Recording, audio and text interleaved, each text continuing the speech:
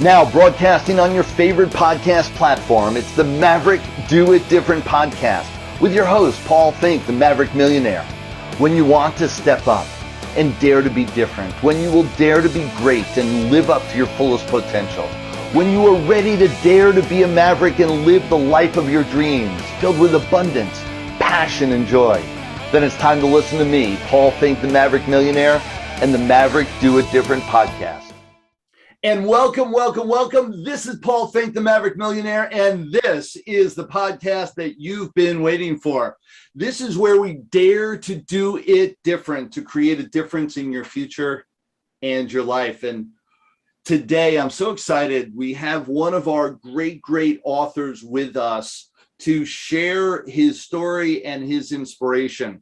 This is a gentleman that, in high school, he scored over 1,000 points as a guard in basketball, and this was from Jackson, New Jersey.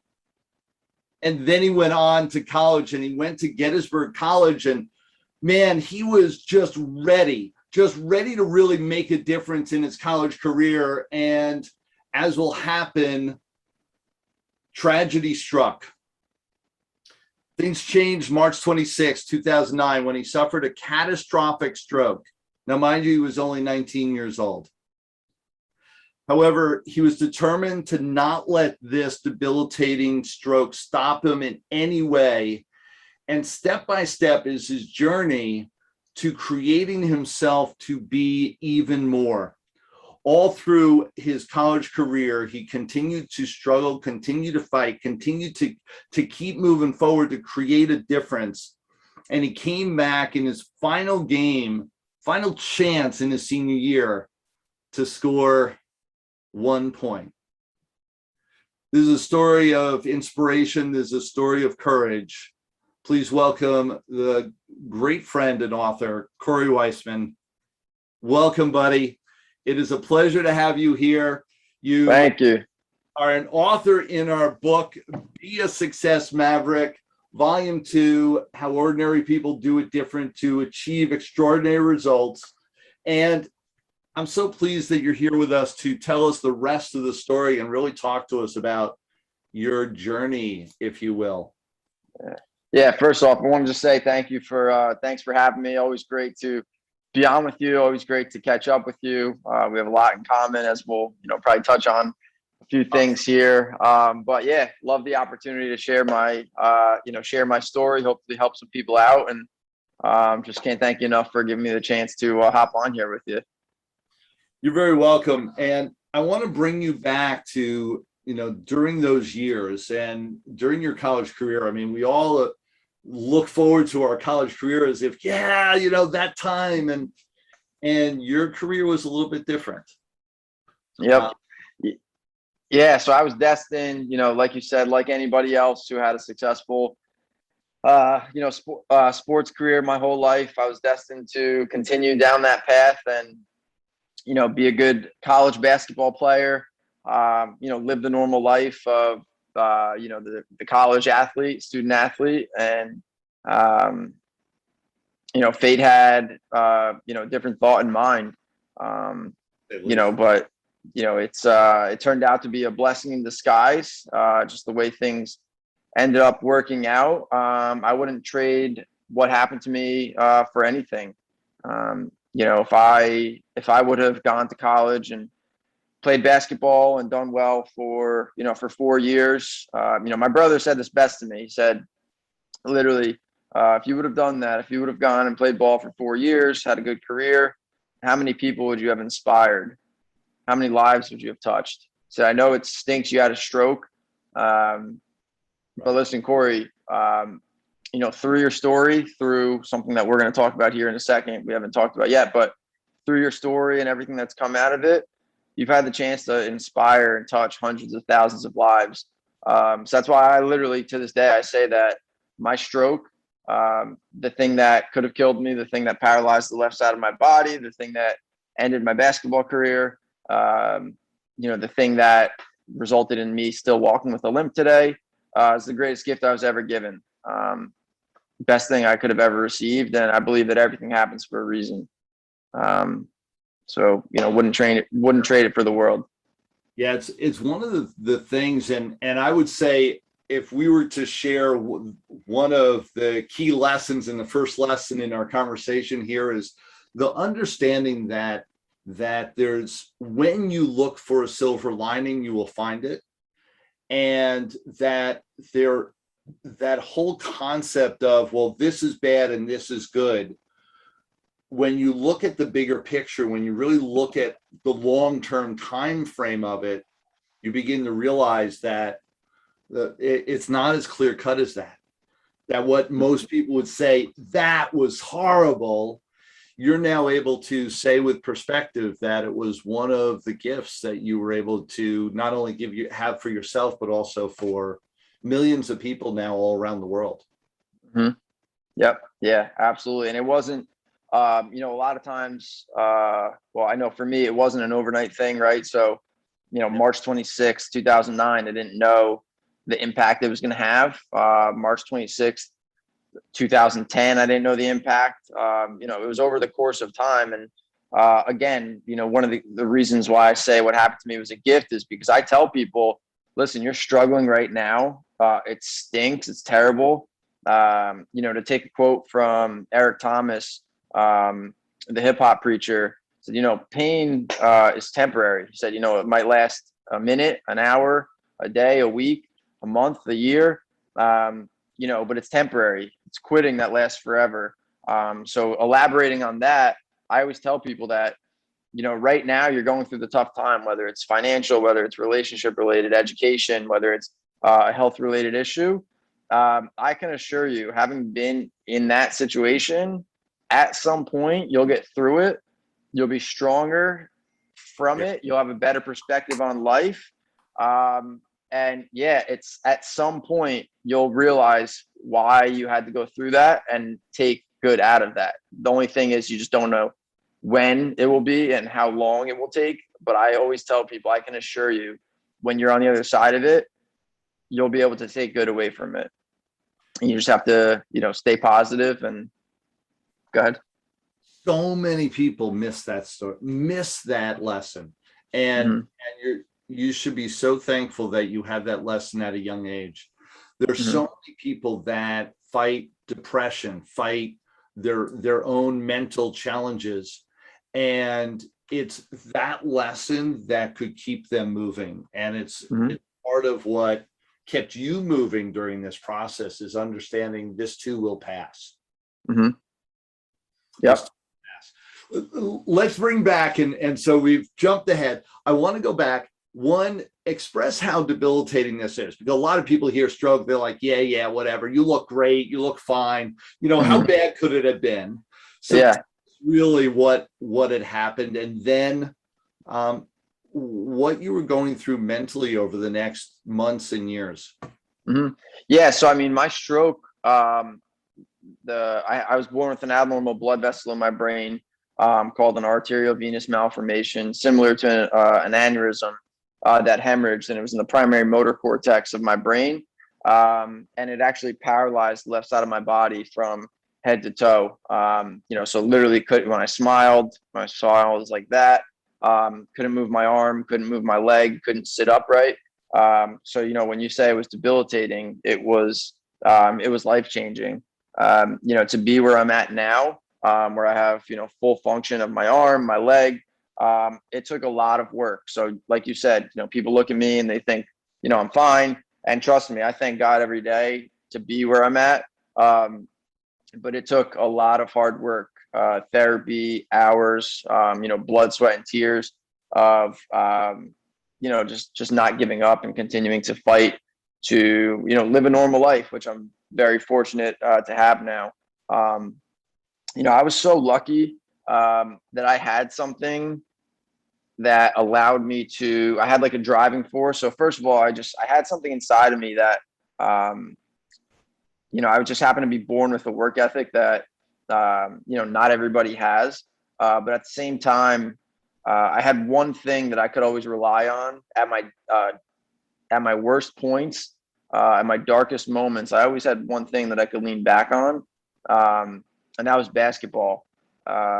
So luckily, I was at Gettysburg College, like, to play basketball. And again, in my darkest of moments, when I'm by myself, I'm crying, because at the time I wasn't able to be with like, actually practice and be on the team. I would participate and be around the team, but I wasn't actually playing. So like many other people, I went through some very dark times of depression, having anxiety attacks. But luckily I always had basketball to look back on. And I said, you know what, I'm going to do whatever it takes to get back out into the court. So I always had that one thing that kept me going. What? And you say it's that one thing. So basketball was a driving force. And, so many people want to know, what is it?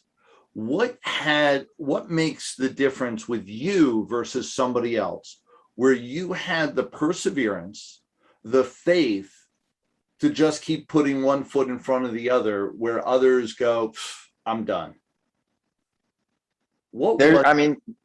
There is no difference. I always say that.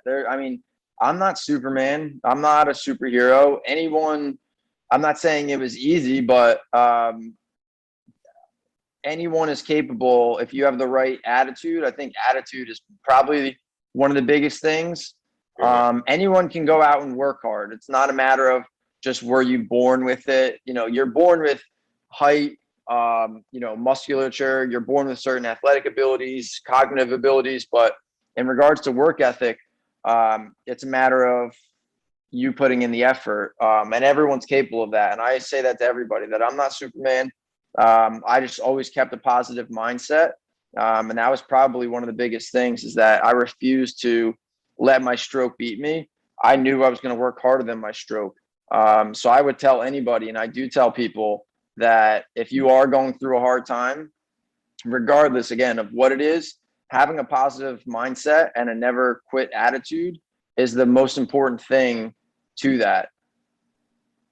Yeah, no question. That perseverance, and it's so amazing. And everything I've been through is the same process. Every time I get to any sort of struggle or plateau, it's just, you just keep moving forward with faith that things will change.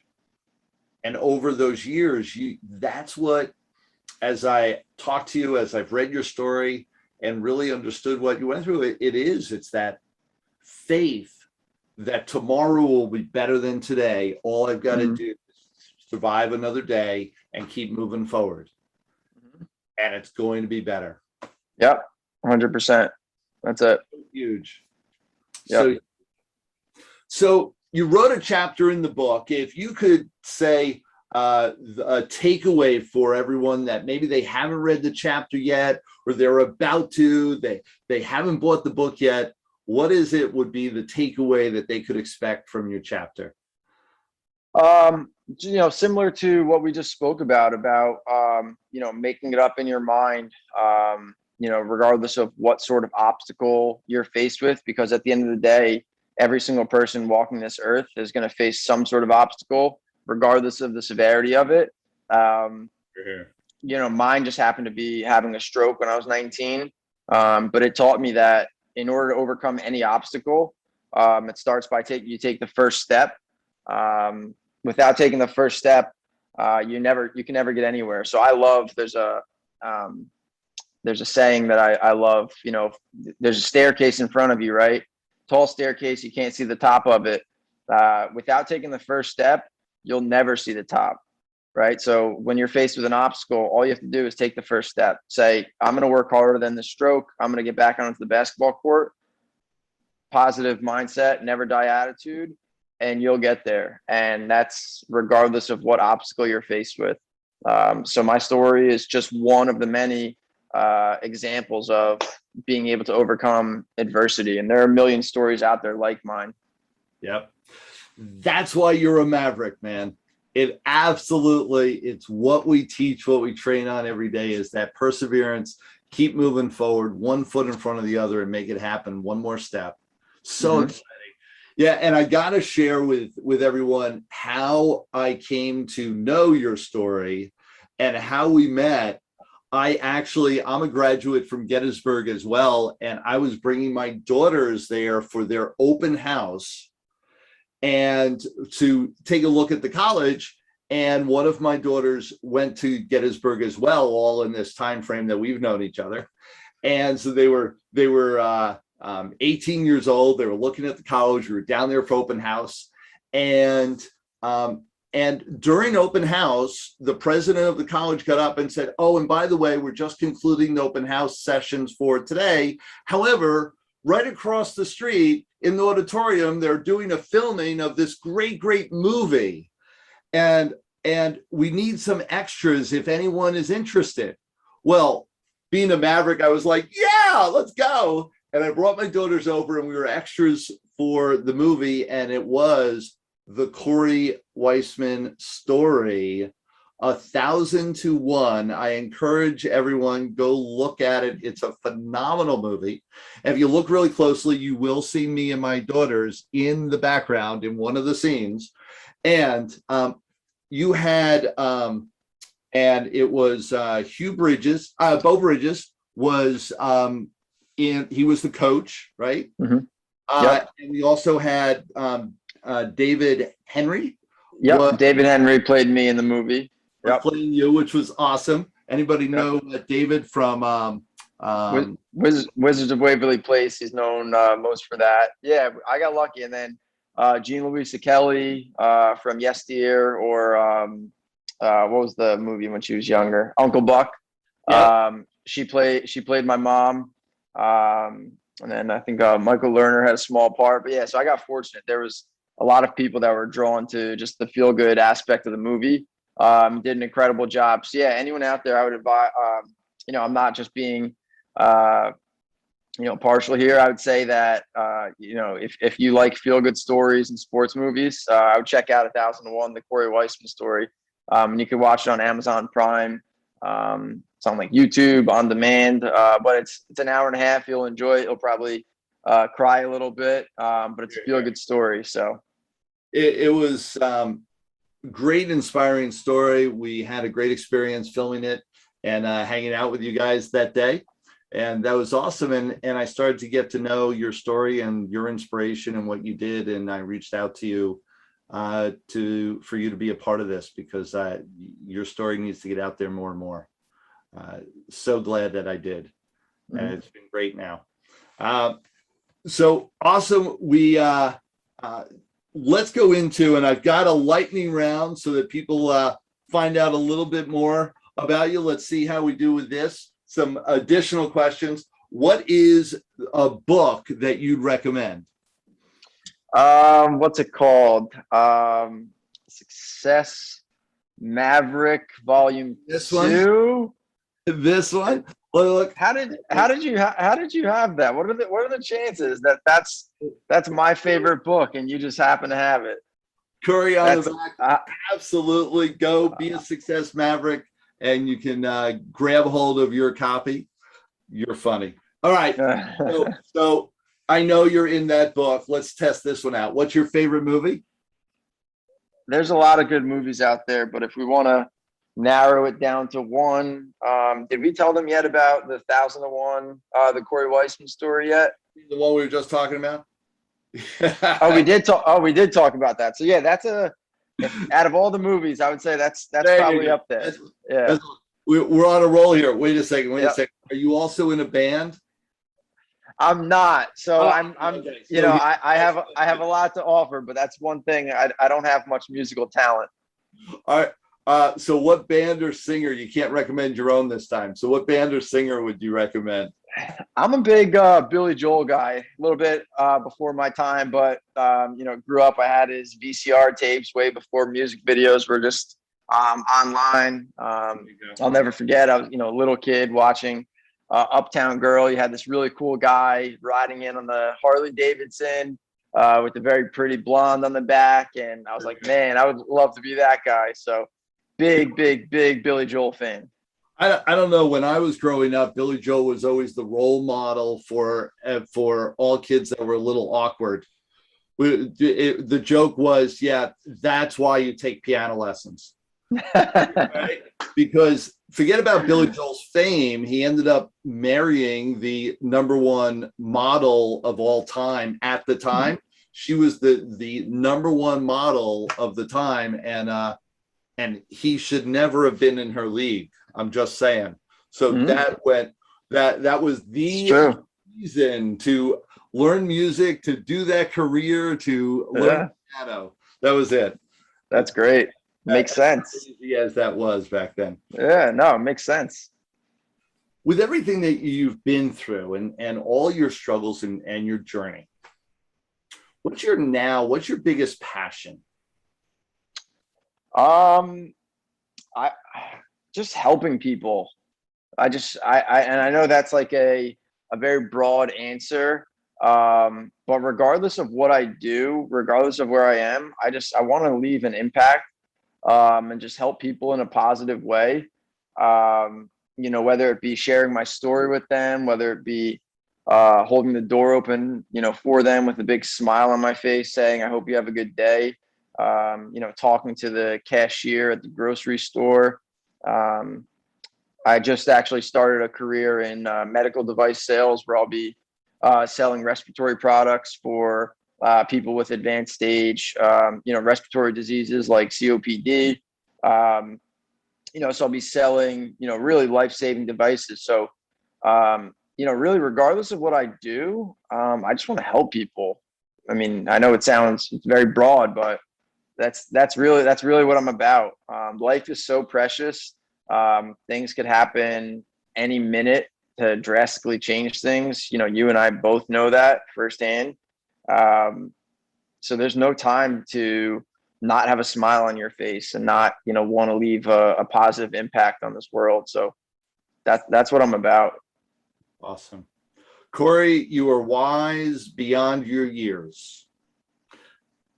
We've got listeners from all over the country, all around the world, matter of fact. Final words of wisdom for our listeners. Stay positive. No matter what you're going through, stay positive, have a never die attitude. And I can assure you that regardless of what you're going through, you will get through it. And at some point, you will find good out of it. I can assure you, I know it firsthand. And it all starts by just taking the first step. That's awesome. Wow, it's been a pleasure. Cory Weissman, find him, look for him. He is an inspiration, and watch for amazing things from this gentleman. You'll be seeing him over and over again throughout the world. I promise you. Cory, it's been a real pleasure. Thank you so much. Yeah, absolutely. Thanks for having me, Paul. Appreciate it. And for all of you, if you want to reach out to him, you want to find him directly, all you've got to do, we've got the links right here for you.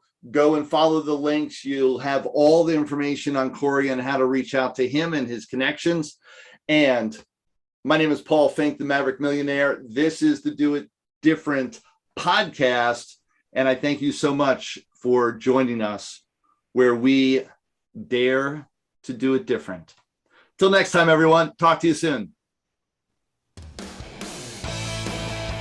Thanks for listening to Paul Finck. That's me, the Maverick Millionaire, and the Maverick Do It Different podcast.